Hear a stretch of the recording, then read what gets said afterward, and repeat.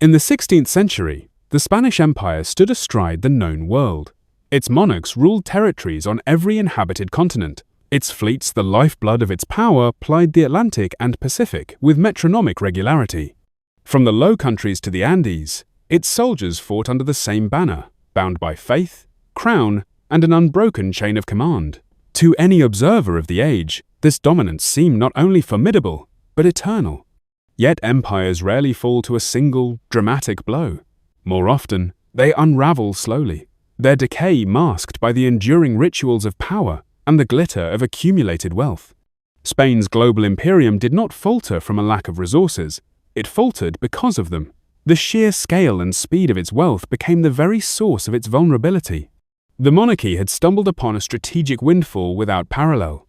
Conquest in the Americas unlocked mineral reserves of unimaginable magnitude. The silver mountains of Potosí and the rich veins of Mexico yielded bullion on a scale that dwarfed the output of all European mines combined. This was not mere economic growth.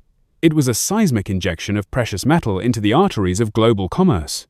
Year after year, the treasure fleets embarked for Seville, their holds packed with silver stamped with the royal seal.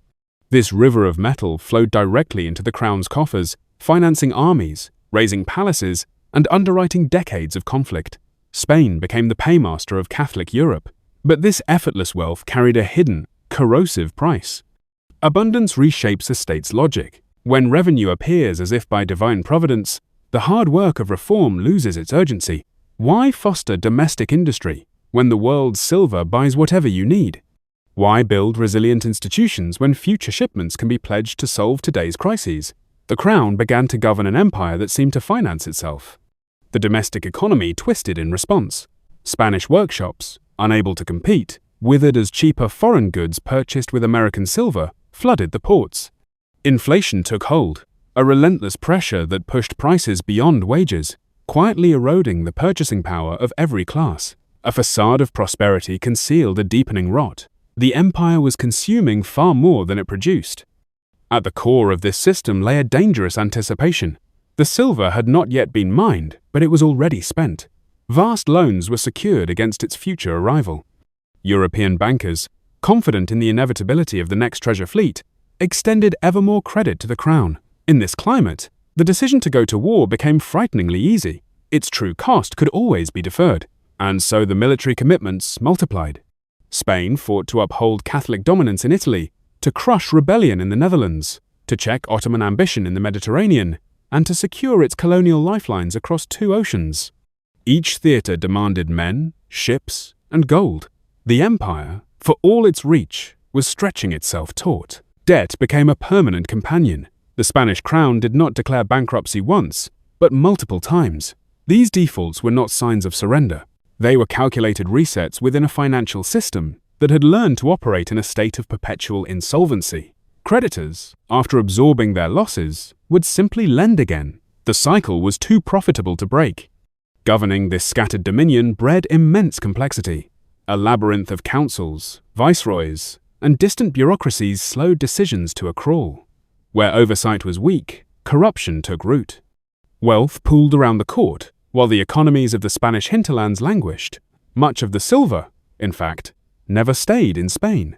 It streamed through European trading hubs and continued eastward, exchanged for silks, spices, and porcelain from Asia. Spain had become less a producer than a conduit, a nation that moved wealth across the globe without fundamentally transforming it. Others watched, and they learned. The Dutch Republic, with no mines of its own, mastered the arts of shipping, finance, and commercial efficiency. England fortified its navy, nurtured its manufactures, and built fiscal institutions designed for long-term growth. Their power accumulated steadily, reinforced by the state's deepening capacity. Spain remained chained to its finite source. In time, the mines yielded less. The brutal labor systems faltered, costs rose, and when the silver flows finally began to ebb, the monarchy faced a reckoning it had postponed for a century. There was no ready alternative. A strong industrial base had never been cultivated. The military obligations remained, but the means to meet them dwindled. Decades of inflation had warped the economy, stifling investment and innovation. The abundance that had built the empire now revealed a profound dependence. The end was not sudden.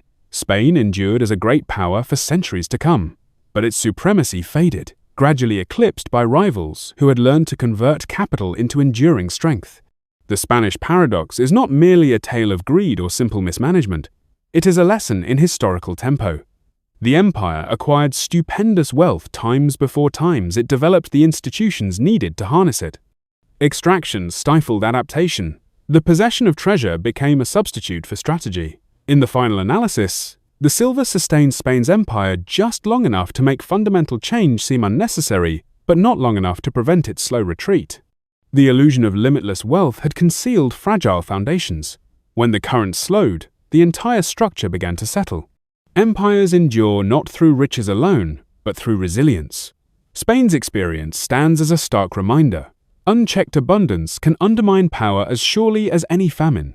I'm Leo, and this is Dominion Archives. Subscribe because when silver writes the story, power can disappear in plain sight.